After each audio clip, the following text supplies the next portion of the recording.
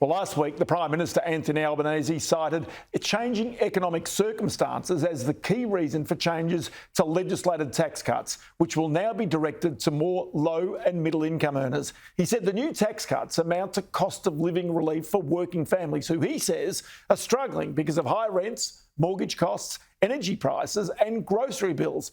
But just how significant is that struggle, especially while most people have a job? Well, on Friday, US economic growth figures show America's economy grew in the past year at 3.3%. Now, that is almost boom times, not busts. As the New York Times reported over the weekend, economists predict a recession. So far, they have been wrong.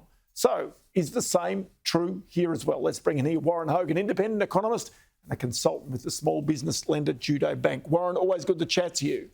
There's the issue, because there was a recession forecast for the US, as there has been here. It doesn't appear likely to be coming off. No, there's a strong consensus around this soft landing.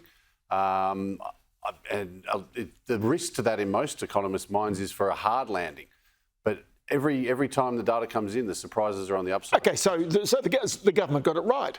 That means the Reserve Bank got it right. Their settings were just right for the soft landing that they hoped. They talked about the narrow path. They've actually landed the narrow path according to these forecasts. Yeah. Well, the Judo Bank PMI last week for January, business conditions have been modest. They're soft landing. They're not into recession. They're not bouncing back. It's good. Employment is softened a bit in December, but is still holding up. So we're on track for a soft landing. Very strong consensus around it. Like a year ago, there was a pretty strong consensus about a recession, as you said.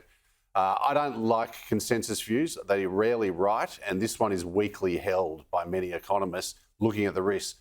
I think the real risk to these economies, as we saw with those US GDP figures, is for continuing resilience, continuing strength in the economy. So if there is continuing strength, that means people have got jobs, that means people can cope. Do they need the tax cuts right now, the middle and low income earners? Look, I think it's pretty clear that there was a political judgment which dominated the need to adjust the stage 3 tax cuts. Was it good economics?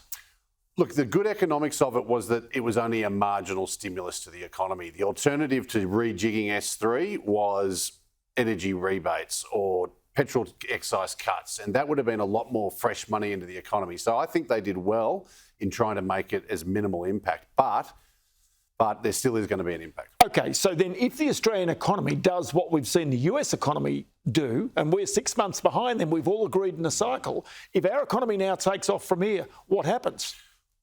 The RBA's got our interest rates nowhere near what there are in the US or in other countries. So the real risk is if we are following that path, and many cyclical indicators are picking up in the UK, in the US, in Canada, if we follow that path, then the risk will be that the RBA has to come back into play in the middle of this year. And that would be the big shock, because no one's really thinking about that. OK, so if the RBA has to come back in and raise interest rates in the middle of this year, what happens to the economy? What happens to the households? That's the recession, the real recession scenario. That would be economic and political oblivion in this country. It really would. It would be a disaster for the government.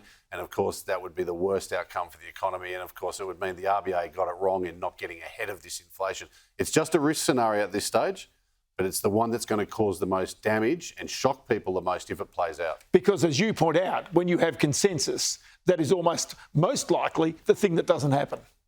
Consensus is really the right view. There you go. I've got to tell you what, always good to have you in the program. Many thanks for your time.